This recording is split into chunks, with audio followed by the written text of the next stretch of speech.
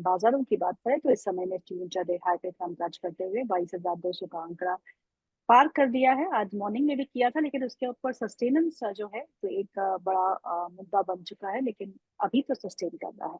Sensex पे करीबन 325 अंकों की मजबूती है। वहीं बैंक निफ्टी में आज सुबह खुलते ही लाल निशान था, लेकिन अब रिकवरी देखने को मिल रही है 121 अंकों पर बैंक निफ्टी कामकाज करते हुए। इंडिया विक्स 14 के नीचे यानी कि 14 के नीचे अब इंडिया विक्स कामकाज कर रहा है 13.8 के आसपास। फिन निफ्टी में तेजी बरकरार है, 1.25% माफ कीजिएगा, क्वार्टर पॉइंट परसेंटेज पॉइंट का यहाँ पे इजाफा देखने को मिल रहा है। मिड कैप निफ्टी में थोड़ा लाल निशान बना हुआ है, हालांकि आउट परफॉर्मेंस जो है वो हमने मिड कैप और स्मॉल कैप स्पेस से लगातार 4 वीक्स लगातार 4 कंसेक्यूटिव वीक्स में देखी है। एक नजर डालते हैं निफ्टी के गेनर्स पे। ओएनजीसी यहाँ पे सबसे ऊपर कामकाज करते हुए, रिलायंस में तेजी बनी हुई है। रिलायंस ही है जो निफ्टी को आज सपोर्ट कर रहा है, करीबन 2% का इजाफा वहां पे देखने को मिल रहा है। इटर्नल, हीरो मोटो और Bajaj Auto, Tech Mahindra, HDFC Life कुछ काउंटर्स जहाँ पे तेजी देखने को मिल रही है। एमएनएम में भी करीबन 1.25% का इजाफा है। लूजर साइड से power grid, Adani ports, Shriram finance, Tata consumer, Adani enterprises, कुछ ऐसे स्टॉक्स जहाँ पे एक अच्छा मूव हम देख चुके हैं, थोड़ी बहुत मुनाफा वसूली वहां पे इस समय देखने को मिल रही है। बाजार का क्या रुख रहना चाहिए, यहाँ से हमें क्या करना है? निफ्टी क्या 25,200 के आंकड़े के ऊपर अगर क्लोजिंग देती है तो क्या नजरिया बनेगा, इस सब पे हम चर्चा करेंगे। आज के 2 खास मेहमान हमारे साथ जुड़ चुके हैं। Mister Raghavendra Kedia, is founder Prosperity Advisors, and mister Laxmikant Shukla, is research analyst at Yes Securities. आप दोनों का बहुत बहुत स्वागत है कार्यक्रम में। Good afternoon. My first question goes to Lakshmikant ji. Lakshmikant ji, thank you so much for coming in and sharing your views on our platform. ये बताइएगा सर, निफ्टी को देखते हुए आपको क्या लगता है? 25,200 के आंकड़े के ऊपर इस समय कामकाज कर रहा है, लेकिन पिछले 3 सेशंस देखे तो इसी दायरे के आसपास वो समय बिता रहा है। तो कुछ लगता है ब्रेकआउट ऊपर की तरफ आना चाहिए? नमस्कार गीतू मैम, और मेरे अदर को पैनलिस्ट राघवेंद्र जी को भी मेरा नमस्कार। निफ्टी ऑलरेडी ब्रेकआउट दे चुका है। 25,100 का जोन था जहां पे हम लोग को एक्सपेक्टेशन था कि निफ्टी जब भी ब्रेकआउट देगा तो एक फॉलो थ्रू बाइंग मोमेंटम देखने को मिलेगी। हालांकि अगर हम पिछले 2 सेशन का देखें तो एक पॉज देखने को नजर आ रहा था, बट आज जी। देखिए कि उसने जो पिछले स्विंग हाई है उनके ऊपर एक ब्रेक थ्रू दे दिया है। तो हमें लगता है कि अभी ब्रेक थ्रू बढ़ेगा। हालांकि इमीडिएट रेजिस्टेंस है 25,300 के आसपास है, जहां पर 78.6 फिबोनाची रिट्रेसमेंट देखने को मिल रहे हैं। अगर हम ओके। पिछली डाउनवर्ड रैली देखें 26,277 से लेकर 27,150 तक, तो मुझे लगता है कि जिस तरीके से मोमेंटम बनता हुआ दिखाई दे रहा है 25,300 के लिए लेवल्स भी टूटेंगे, और वहां से फिर जो नेक्स्ट अपसाइड के मूव है 25,500 से लेकर 25,800 के जो अपर लेवल्स हैं वो हमें देखने को मिलेंगे। अगर हम बैंक निफ्टी की बात करें तो बैंक निफ्टी ने भी असेंडिंग ट्रायंगल का ब्रेकआउट 56,100 के ऊपर दिया है, और पिछले जी। 2 दिनों से भी हमें वहां पर भी एक शॉर्ट टर्म प्रॉफिट बुकिंग देखने को मिली थी। बट अभी भी जो ओवरऑल जो ब्रेकआउट लाइन है उसके ऊपर ही बैंक निफ्टी ट्रेड कर रही है। तो यहाँ से भी बैंक निफ्टी एक शॉर्ट टर्म बेसिस पे 58,000 तक के लेवल तक जाने की उम्मीद है। और इसमें इन दोनों इंडाइसेस में जो कन्विक्शन बनता हुआ दिखाई दे रहा है वो इंडिया विक्स के चार्ट्स को देखकर आ रहा है, क्योंकि वहां पर जो अगर हम पिछले 7 दिनों का सेशन देखें तो वहां पे जी। लोअर टॉप लोअर बॉटम बन रहे हैं। और आज इंडिया विक्स ने अपने प्रीवियस जो प्रीवियस वीक का स्विंग हाई था उसके नीचे यहाँ पर एक ब्रेकडाउन दिया है, जो कि 14 जी। लेवल के आसपास था। अगर इसके नीचे सस्टेन रखता है तो हमें 13 तक के भी लेवल्स हम देख पाएंगे आने वाले समय में। वहीं पर अगर हम एफआई लॉन्ग शॉर्ट रेशियो पे भी नजर डालें तो अभी भी जो 20% है, मतलब वहां पे लॉन्ग है, 80% शॉर्ट है। अगर वो शॉर्ट कवरिंग हमें 25,300 के ऊपर देखने को मिलेगी तो हमें फर्दर अपसाइड के मूव इन दोनों ही इंडेक्स में देखने को मिलेंगे। सो ओवरऑल व्यू पॉजिटिव ही नजर आ रहा है इंडेक्स पर। जी, Raghavendra ji, thank you so much for joining us today. Raghavendra ji, आपका हमेशा से मुझे लगता है कि पिछले 5-6 दफा जब हम बात करते थे तो आपने कहा कि बाय ऑन डिप का मार्केट है, और बिल्कुल सही कहा आपने। बाय ऑन डिप्स का ही मार्केट रहा है और काफी अच्छा मोमेंटम हम चाहे वो बेंचमार्क्स हो, हालांकि आउट परफॉर्मेंस मिड कैप और स्मॉल कैप से देखने को मिल रही है, लेकिन ओवरऑल मार्केट में काफी अच्छा एक मोमेंटम बना हुआ है। स्टॉक स्पेसिफिक मूव्स जो है वो खास तौर पे काफी अच्छे रहे। तो ऐसे में बाजार में आपकी स्ट्रेटेजी क्या रहेगी इस समय? So, good afternoon, Gitu ji. Good afternoon, Laxmikant ji, and good afternoon all to all the viewers. Broadly, हमारा व्यू ये रहेगा कि go with the flow, and अभी फ्लो पॉजिटिव है।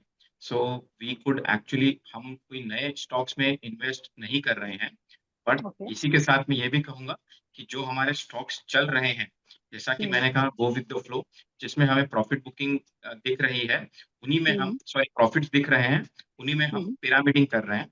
पिरामिडिंग मतलब उन्हीं में हमारा एक्सपोजर धीरे धीरे धीरे हम बढ़ा रहे हैं। तो okay. Basically salute the rising sun, जो स्टॉक्स ओके। चल रहे हैं उन्हीं में हम अपना जी। निवेश बढ़ाते जा रहे हैं, और यही एक स्ट्रैटेजी हमें लगता है आने वाले कुछ दिनों में भी हम करते रहेंगे। तो do not book your profits, rather okay. You investors, viewers, अपनी एग्जिस्टिंग पोजीशंस जो प्रॉफिटेबल है उन्हीं में अपना एक्सपोजर बढ़ा सकते हैं। जो कहा जाता है, ride your profits and cut your losses, तो हम ओके। अभी फर्स्ट फेज में है, राइडिंग ऑन प्रॉफिट्स। आप जो दो ट्रिगर्स से बाजार पे काम कर रहे हैं, वो एक तो ये है कि यूएस चाइना के बीच में समझौता होने के चांसेस बढ़ गए हैं, क्योंकि फ्रेमवर्क डील पे कामकाज हो रहा है। Maybe we get an announcement in another weeks और वीक्स टाइम। और दूसरा, चाइना और इंडिया के बीच में भी बातचीत चल रही है वो रेयर मिनरल्स को लेके। और तभी आज ऑटोस से भी काफी अच्छा एक रुझान देखने को मिल रहा है। कुछ कंडीशंस चाइना ने रखी है, लेकिन हो सकता है ये भी डील हो जाएगी। और जो रेयर अर्थ मिनरल्स की लाइसेंस जो है, जो पेंडिंग है बहुत सारे कंपनीज के लिए, वो क्लियर हो सकती है। और उसके चलते हुए ऑटो स्पेस में काफी उछाल देखने को मिल रहा है। So, लक्ष्मीकांत जी, आज अगर हम देखें, hero MotoCorp, TVS Motors two wheeler space में तो है ही, अच्छा कर ही रहे हैं। लेकिन महिंद्रा एंड महिंद्रा और कुछ और अन्य कंपनी जैसे टाटा मोटर्स, जैसे मारुति, वहां पे एक अच्छा मोमेंटम बना हुआ है। तो क्या करना चाहिए ऑटो स्पेस में? ये इस स्पेस ने अभी तक परफॉर्म नहीं किया। It has been an underperformer as compare to the other sectors. देखिए, अगर हम इंडेक्स लेवल पे बात करें तो यहाँ पर कुछ सेलेक्टेड स्टॉक्स हैं जहाँ पर हमें बाइंग मोमेंटम देखने को मिल रहा है। उनमें से मैं बात करना चाहूँगा टाटा मोटर्स की। टाटा मोटर्स में एक अच्छा खासा एक बॉटमिंग फॉर्मेशन बनता हुआ दिखाई दिया है 670 680 लेवल के आसपास, एंड देन आफ्टर हमें अपसाइड के मूव देखने को मिले हैं।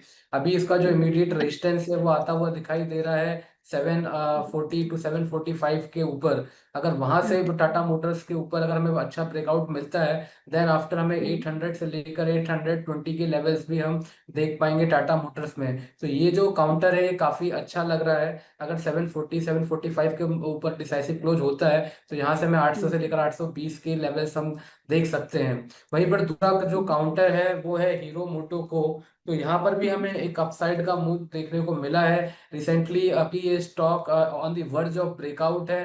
200 डीएमए लेवल्स इसका 4500 के आसपास आता हुआ दिखाई दे रहा है। अगर 4500 के ऊपर हीरो मोटो को निकलता है तो देन आफ्टर यहाँ से फिर हमें 4750 से लेकर 4800 के भी लेवल्स हीरो मोटो को आने वाले समय में दिखा सकता है।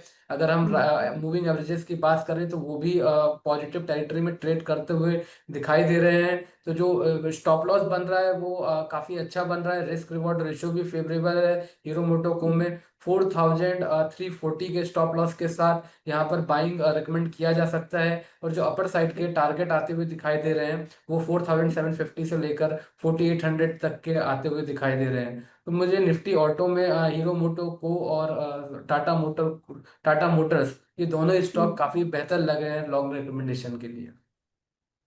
ओके राघवेंद्र जी, आप आज सुबह सुबह खबर आई कि महाराष्ट्र सरकार ने एक्साइज ड्यूटी बढ़ा दी है लिकर पे, और हार्ड लिकर पे बढ़ाई है। उसके चलते हुए राधे खेतान, यूनाइटेड स्पिरिट्स जैसे स्टॉक्स में आज करीबन 5 से 6% की गिरावट देखने को मिली। लेकिन ऑन द अदर हैंड, जो वाइन की कंपनीज है, बियर से जुड़ी हुई कंपनी है, जिनको एग्जेम्प्ट किया गया है, वहां जोरदार तेजी है। चाहे वो जीएम ब्रेवरीज हो, चाहे वो सूला वाइन यार्ड्स हो। तो ऐसे में आपकी रणनीति क्या होगी इस स्पेस?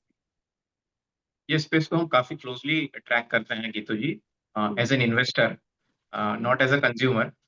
ओके। सो तो हमें लगता है कि ब्रॉडली ओवरऑल जो डिस्पोजेबल इनकम है वो इंडिया का बढ़ रहा है, और एक कंजम्पशन थीम अंडरलाइंग प्ले होती है। एंड ओवरऑल अगर देखा जाएगा तो पर कैपिटा जो लिकर कंजम्पशन है वो भी ईयर ऑन ईयर बढ़ रहा है। तो ब्रॉडली जो मैक्रो सेटअप है, जो थीमेटिक सेटअप है इन terms of liquor, alcohol, wine making companies, वो अभी भी इंडिया का उसमें बहुत बड़ा अपसाइड की गुंजाइश है एज अ डेवलपिंग नेशन। जो पर कैपिटा लीगल कंजम्पशन है वो ग्लोबल एवरेज से बहुत कम है। सो एक बहुत बड़ा अपसाइड उनमें रहता है। And very specific to this news, जहां पर स्टेट गवर्नमेंट ने ये एक्साइज ड्यूटी बढ़ाई है for specific set of companies. Broadly हम कोई भी स्टेट गवर्नमेंट की पॉलिसीज को उस तरह से देखते हैं कि वो करंट जो उस स्टेट में रूलिंग पार्टी है वो और कौन से स्टेट्स में रूलिंग पार्टी है, तो इसका एक चेन रिएक्शन हो सकता है या नहीं। और अगर ये देखा जाएगा तो ब्रॉडली ये पैन इंडिया में भी काफी जगह काफी स्टेट इसको फॉलो कर सकते हैं। Maharashtra state policy is looked upon काफी स्टेट्स में, तो हमें लगता है ये स्टॉक्स बाय ऑन डिप्स इनमें कर सकते हैं। कोई भी करेक्शन होता है मार्केट ड्रिवन, तो इनमें बाइंग अपॉर्चुनिटी हो सकती है। सुला vineyard, United breweries, these could be good stocks आपके पोर्टफोलियो में ट्रेडिंग के लिए रख सकते हैं। 7 से 10% का अपसाइड आ सकता है एज अ ट्रेडिंग बेट। बिल्कुल सही कहा आपने, क्योंकि महाराष्ट्र की पॉलिसी को बहुत क्लोजली फॉलो करते हैं एंड रूलिंग पार्टी जो है वो नेशन वाइड है, नेशनल पार्टी है, तो मेजोरिटी ऑफ द स्टेट्स में वही रूलिंग पार्टी है। सो मे बी उसका इम्पैक्ट जो क्लियरली हम रेडिको खेतान के स्टॉक्स पे देख रहे हैं, नटिस्पेंट के स्टॉक पे देख रहे हैं, यूबीएल के स्टॉक पे देख रहे हैं, because they are all into hard liquor. While as जो वाइन से जुड़ी हुई कंपनियां हैं या फिर सॉफ्ट बेयर से जुड़ी हुई कंपनियां हैं, वहां पे अच्छा रुझान जो है आज देखने को मिल रहा है। So look at how the markets really look into the stories and react the stories. So ये एक बिल्कुल सही एग्जाम्पल रहेगा देखने के लिए। लक्ष्मीकांत जी, अगर हम हिंदुस्तान जिंक की बात करें, हिंदुस्तान कॉपर की बात करें, दोनों स्टॉक्स जो है एक अच्छे मोमेंटम में है। हिंदुस्तान जिंक की आज बोर्ड की बैठक भी है, जहाँ पे इंटरिम डिविडेंड पे आउट पे बातचीत होगी। स्टॉक में काफी अच्छे हमने एक मोमेंटम देख चुके हैं। दोनों ही स्टॉक्स में अगर खरीदना हो तो खरीदना चाहिए इन लेवल्स पे, या फिर रुक के खरीदे तो बेहतर है? देखिए, सबसे पहले हिंदुस्तान जिंक के बारे में बात कर लेते हैं। तो यहाँ पे ऑलरेडी एक अच्छा रनअप डबल बॉटम ब्रेकआउट के बाद आ चुका है। ये जो ब्रेकआउट देखने को मिला था वो 475 के ऊपर देखने को मिला था, और वहां से फिर हमें अच्छे खासे अपसाइड के मोमेंटम देखने को मिले हैं हिंद जिंक में। ऑल्दो ओवरऑल ट्रेंड अपसाइड है, जिन्होंने पहले बाय करके रखा हुआ है वो होल्ड करके चल सकते हैं विद स्टॉप लॉस ऑफ 508। और बट जो न्यू कमर्स हैं जो इसमें अभी बाय करना चाहते हैं, तो मुझे लगता है कि थोड़ा सा वेट करना चाहिए। अगर यहाँ पर एक अच्छा कंसोलिडेशन बनता है 546 से 550 के आसपास, और मतलब अगर हमें 5-6 दिन का कंसोलिडेशन बनता है, देन आफ्टर हमें बाइंग के लिए आगे बढ़ना चाहिए। अगर ये 546 550 के लेवल तोड़ेगा तो फिर हमें फर्दर अपसाइड के मूव देखने को मिलेंगे। उस दौरान ये स्टॉक 580 तक के लेवल्स पर जा सकता है।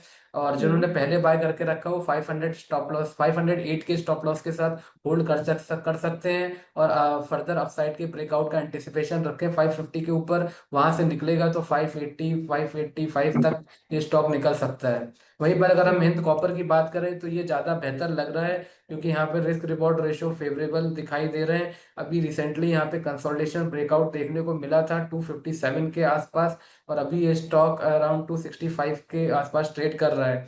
तो जो ये ब्रेकआउट लेवल्स थे वो अब एक सपोर्ट का काम करेंगे। तो 257 के स्टॉप लॉस के साथ हिंद कॉपर में बाइंग की जा सकती है। अपसाइड के जो टारगेट निकल कर आ रहे हैं वो 285 290 जोन तक के आ रहे हैं, तो वहां तक के लिए हम वेट कर सकते हैं।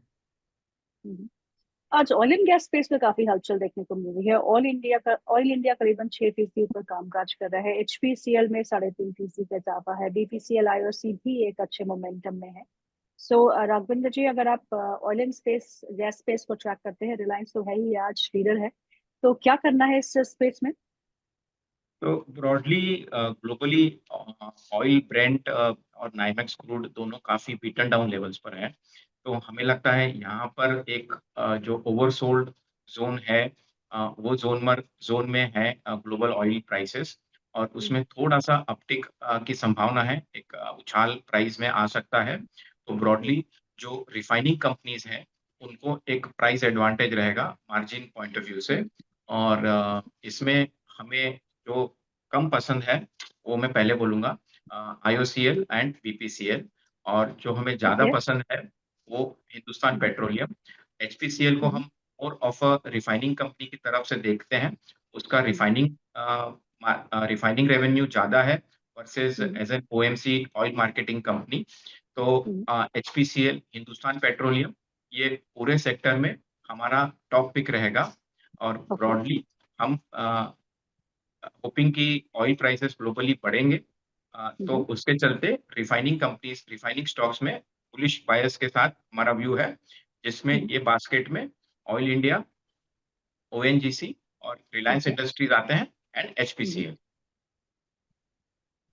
ओके, बीपीसीएल को आपने बाहर क्यों रखा सर? बीपीसीएल का और आईओसीएल का रेवेन्यू मेजरली मार्केटिंग से आता है, तो Okay. जब ऑयल प्राइसेस बढ़ते हैं तो थोड़ा सा मार्जिन में उनका थोड़ा सा डेंट आ सकता है। तो इसके चलते हम in terms of we prefer refining companies more and marketing companies less. Okay, okay.